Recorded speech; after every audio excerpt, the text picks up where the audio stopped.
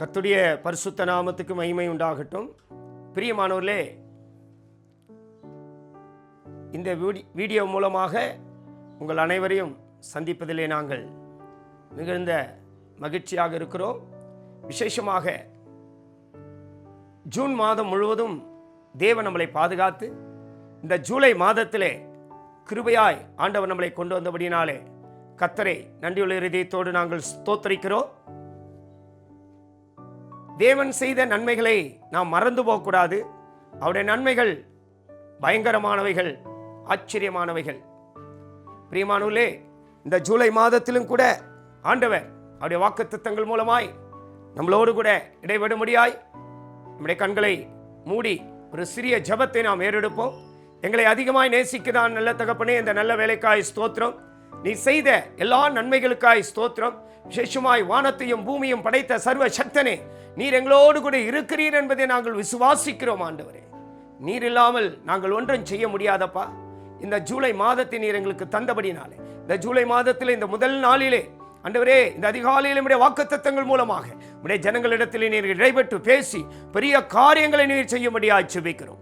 அற்புதமான காரியங்களை நீர் செய்யும்படியாக ஜெபிக்கிறோம். இந்த வசனங்களை, இந்த வார்த்தைகளை கேட்கிற ஒவ்வொருடைய இருதயங்கள் தொட்டப்பட வேண்டும். ஆண்டவரே, அற்புதமான செய்யும், பலப்படுத்தும். எல்லாவற்றையும் இயேசு மூலம் கேட்கிறோம் நல்ல பிதாவே, ஆமென். அல்லேலூயா. கர்த்தருடைய பரிசுத்த நாமத்துக்கு மகிமை உண்டாகட்டும். பிரியமானவர்களே, இந்த ஜூலை மாதத்தினுடைய வாக்குத்தத்தங்களை நாம் வாசிப்போம். சகரியாவின் புஸ்தகம் 4ஆம் அதிகாரம் 6ஆம் வசனத்திலே நான் வாசிக்கும்பொழுது, அப்பொழுது அவர் செருபாபேலுக்கு சொல்லப்படுகிற கர்த்தருடைய வார்த்தை என்னவென்றால், பலத்தினாலும் அல்ல, பராக்கிரமத்தினாலும் அல்ல, என்னுடைய ஆவியினாலேயே ஆகும் என்று சேனைகளின் கர்த்தர் சொல்கிறார். பிரியமானவர்களே, செருபாபேலுக்கு சொல்லப்படுகிற கர்த்தருடைய வார்த்தை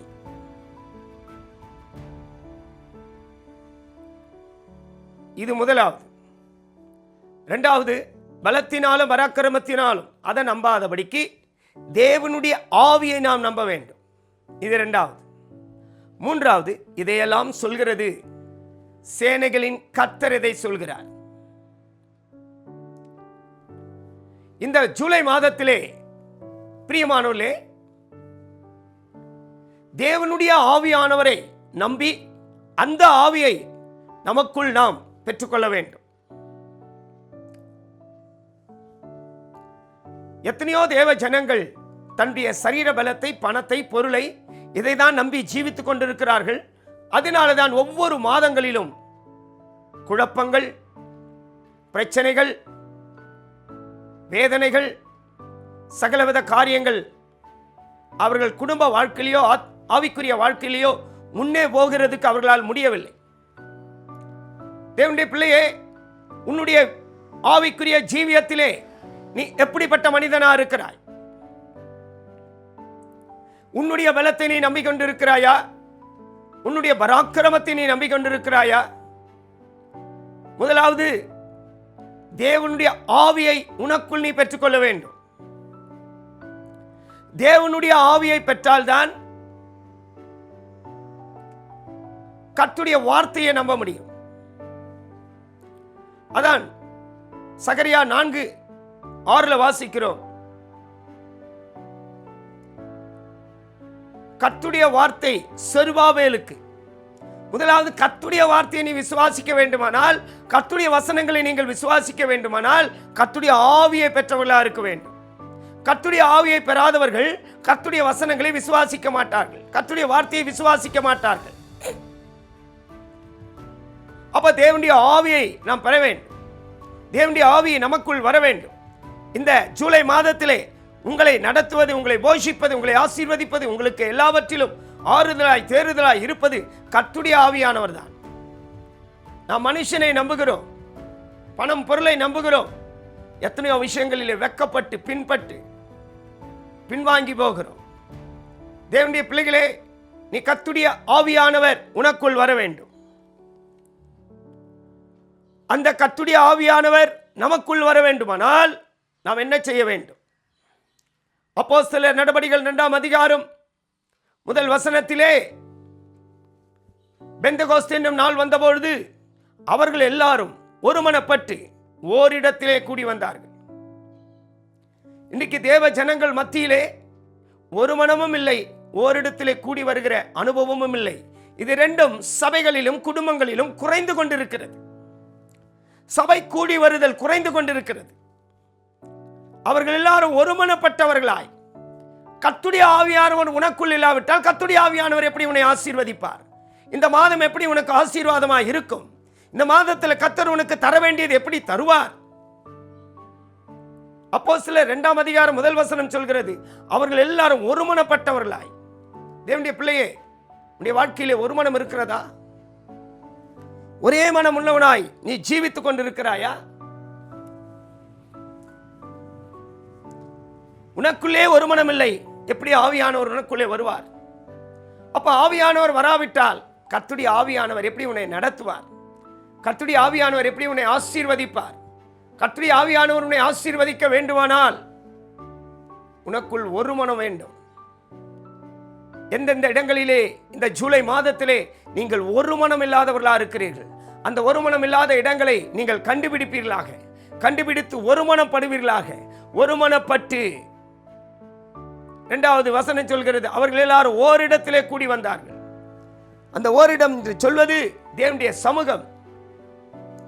இன்னைக்கு தேவனுடைய சமூகத்திலே கூடி வருகிறதை அநேகர் நிறுத்திவிட்டார்கள்.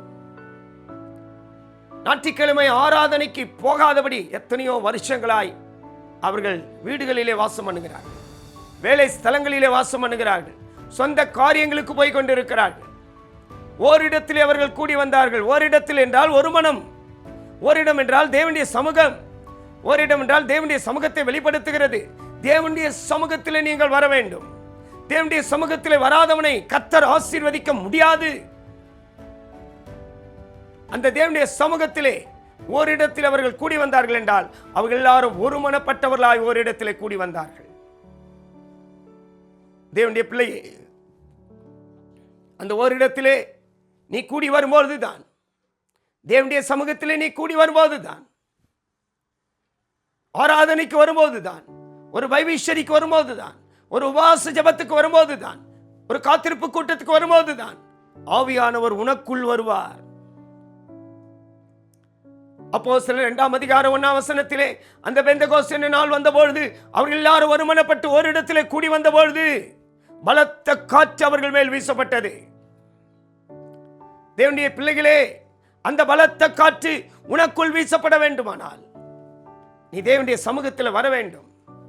தேவனுடைய சமூகத்தில் வந்தால் இந்த மாதத்திலே கர்த்தர் உனக்கு அற்புதங்களை செய்வார், பெரிய காரியங்களை கர்த்தர் செய்வார், புதிய புதிய காரியங்களை கர்த்தர் செய்வார், ஆச்சரியமான காரியங்களை செய்வார்.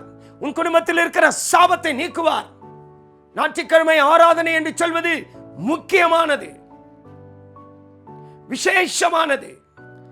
ஞாயிற்றுக்கிழமை ஆராதனையை ஒரு மனிதன் தள்ளினால் அவன் போஜனம் கூட சாப்பிடக்கூடாது. சங்கீதக்காரன் அப்படிதான் சொல்கிறான்.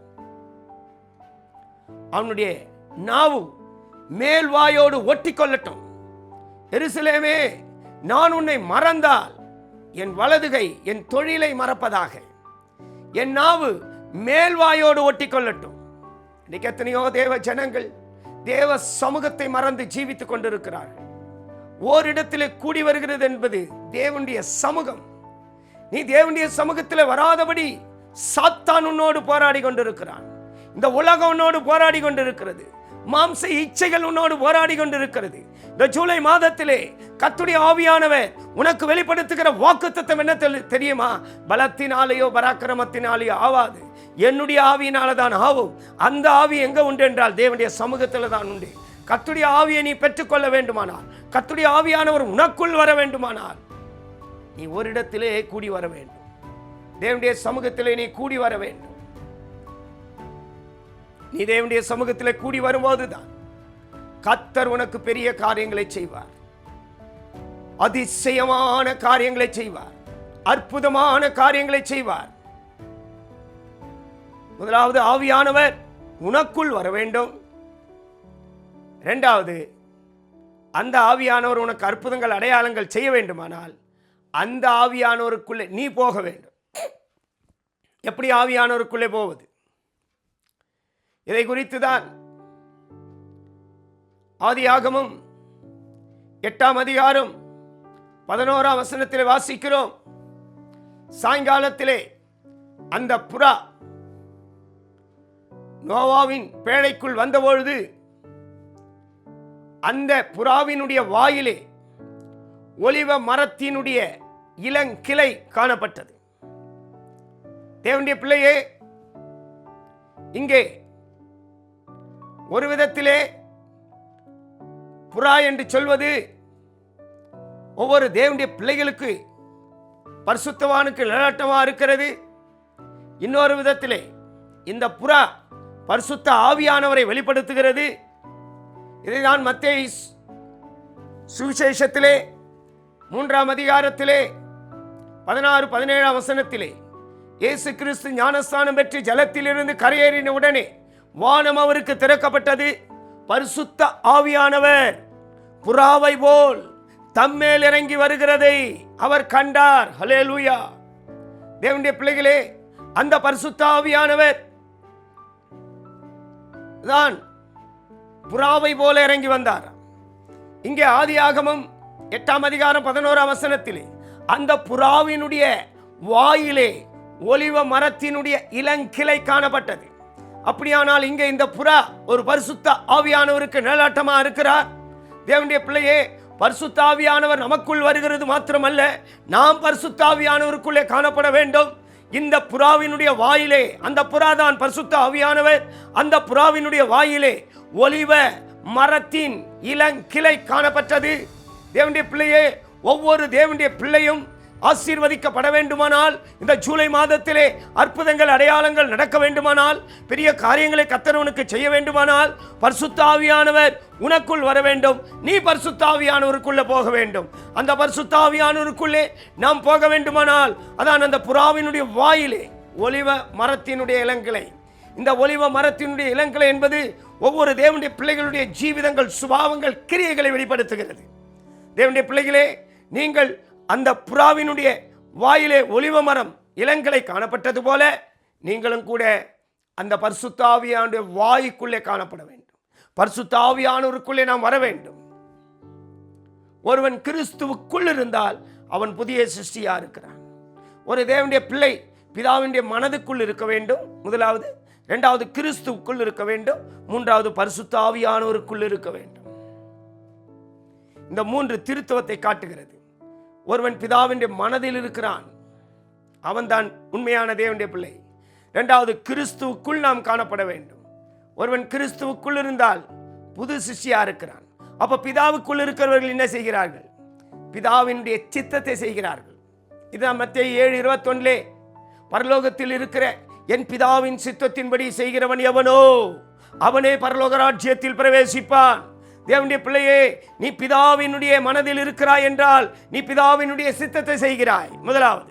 இரண்டாவது, கிறிஸ்துவுக்குள் இருக்கிறாய் என்றால் கிறிஸ்துவினுடைய சுபாவங்களை நீ வெளிப்படுத்துகிறாய், கிறிஸ்துவின் கிரியைகளை நீ வெளிப்படுத்த வேண்டும், புதிய மனுஷனாய் நீ மாற வேண்டும். மூன்றாவது, பரிசுத்த ஆவியானவருக்குள் இருக்கிறாய் என்றால் நீ கர்த்தருடைய வருகைக்காய் நீ ஆயத்தப்படுத்தி கொண்டிருக்கிறாய்.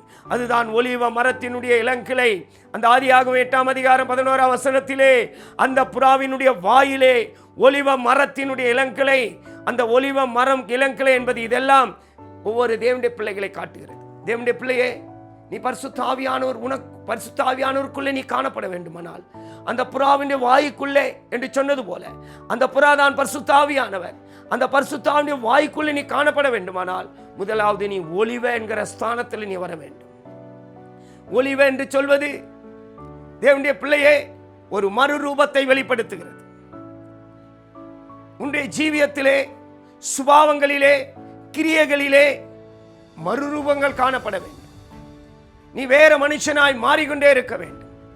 கிறிஸ்துவின் சாயலுக்கு ஒப்பான மனுஷனாய் நீ மாறிக்கொண்டிருக்க வேண்டும். பரலோகத்துக்கு சாயலாயின ஒரு மனுஷனாய் நீ மாறிக்கொண்டிருக்க வேண்டும். உலகத்துக்கு சம்பந்தமான மனுஷன் அல்ல. எத்தனை தேவனுடைய பிள்ளைகள் பரலோகத்துக்கு சம்பந்தமான மனுஷராய் மாறிக்கொண்டிருக்கிறீர்கள். தேவனுடைய பிள்ளையை உங்களை நீங்களே தகுதிப்படுத்தி, மரம் என்று சொல்வது தேவனுடைய பிள்ளைகளே, இயேசு கிறிஸ்து சொன்னார், நானே மெய்யான திராட்சை செடி, ஒருவன் என்னிலே நிலைத்திருந்தால் அவன் மிகுந்த கனிகளை கொடுவான். நீ ஒரு நல்ல மெய்யான திராட்சை செடியாய், ஒரு நல்ல மரமாய் பரிசுத்த ஆவியானவருடைய வாய்க்குள் இருந்தால்தான் நீ உண்மையான ஒரு திராட்சை கொடியை போல, உண்மையான கொடியாய். இந்த உலகத்திலே பொய்யான கிறிஸ்தவர்கள் எவ்வளவு பேர் இருக்கிறார்கள். பொய்யான ஜீவிதங்களை செய்கிறார்கள், பொய்யான ஊழியங்களை செய்கிறார்கள், பொய்யான உபதேசங்களை அறிவிக்கிறார்கள்.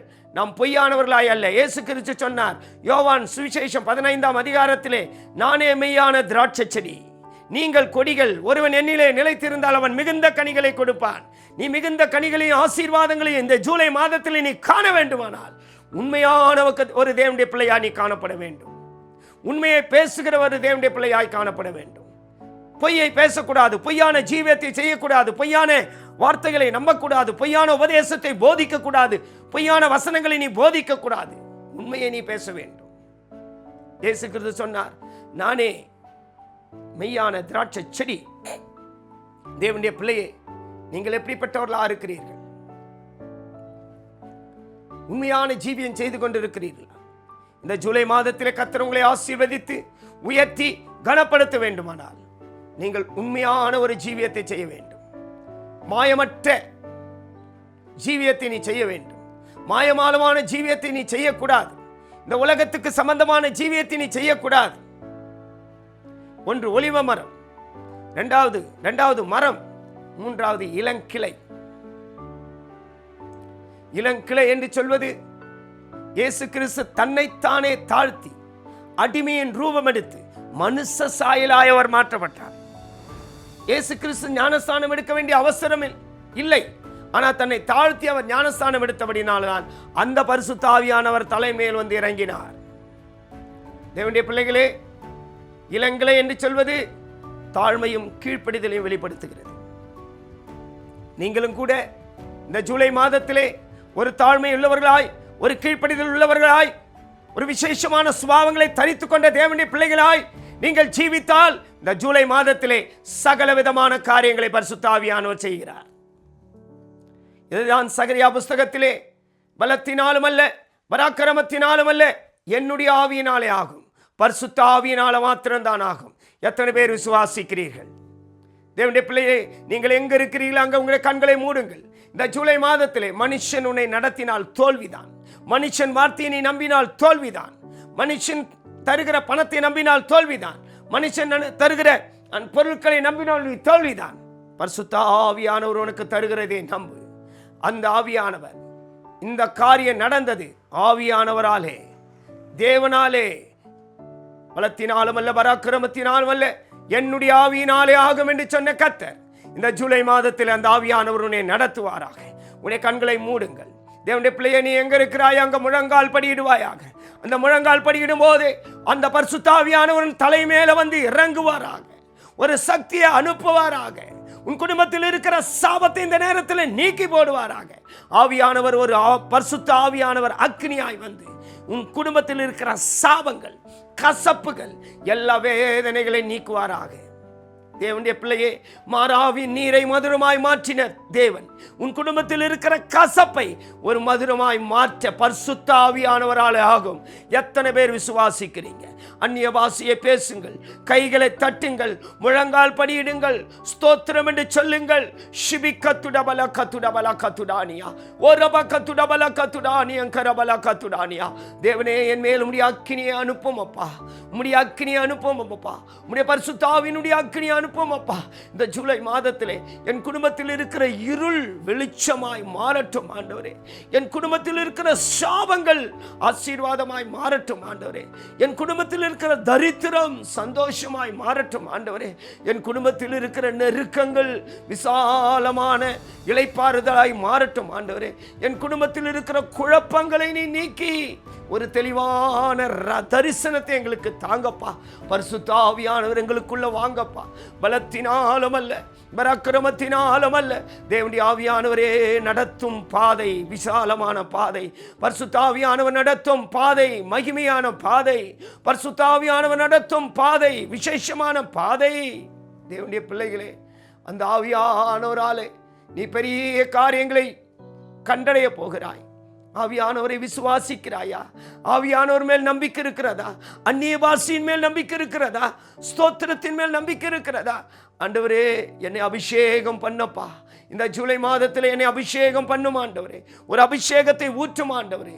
என் குடும்பத்தையும் சபைகளையும் ஜனங்களையும் ஊழியர்களையும் எல்லாரையும் நீர் சுத்திகரியும் ஆண்டவரே என்று சொல்லுங்கள். இந்த நேரத்திலும் கூட பலத்தை நம்பினவர்கள் எல்லாம் தேவனிடத்தில் மன்னிப்பு கேளுங்க. பராக்கிரமத்தை நம்பினவர்களாம் தேவனிடத்தில் மன்னிப்பு கேளுங்க. பணத்தை நம்பினவர்களாம் தேவனிடத்தில் மன்னிப்பு கேளுங்க.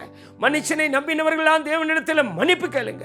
இந்த ஜூலை மாதம் 1ஆம் தேதியிலே, இந்த அதிகாலையிலே அவர் நீதியின் சூரியனாய் உன் வீட்டுக்குள்ளே உதித்து தேவதூதனை அனுப்பி இந்த ஜூலை மாதத்திலே கர்த்தருடைய ஆவியானவரை கொண்டு பெரிய பெரிய காரியங்களை செய்கிறதை இந்த வீடியோ மூலமாய் இந்த வார்த்தையை கேட்ட நீங்கள் அந்த அற்புதங்களை அடைவீர்கள் என்று நாங்கள் விசுவாசத்தோடு உங்களுக்கு சொல்கிறோம்.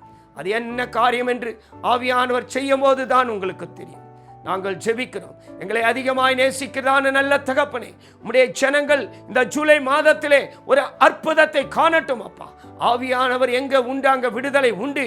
ஆண்டவரே, சகரியா புஸ்தகத்திலே சொன்னபடி என்னுடைய ஆவியினால தான் ஆகும் என்று சொன்னீரே. இந்த மாதம் ஜூலை மாதத்திலே ஊழியமானாலும் சபைகளானாலும் ஆண்டவரே, எந்த காரியம் குடும்பங்களானாலும் எல்லாம் கர்த்தருடைய ஆவியானவராலே பெரிய பெரிய காரியங்களை செய்யும்படியா ஜெபிக்கிறோம். இந்த வீடியோவில் கேட்ட ஒவ்வொருக்குள்ளும் பெரிய காரியங்களை செய்யும், அற்புதமான காரியங்களை செய்யும். சியோனிலிருந்து நீர் அவர்களை ஆசீர்வதிக்கும்படியா ஜெபிக்கிறோம். எல்லாவற்றையும் இயேசு மூலம் கேட்கிறோம் நல்ல பிதாவே, ஆமென்.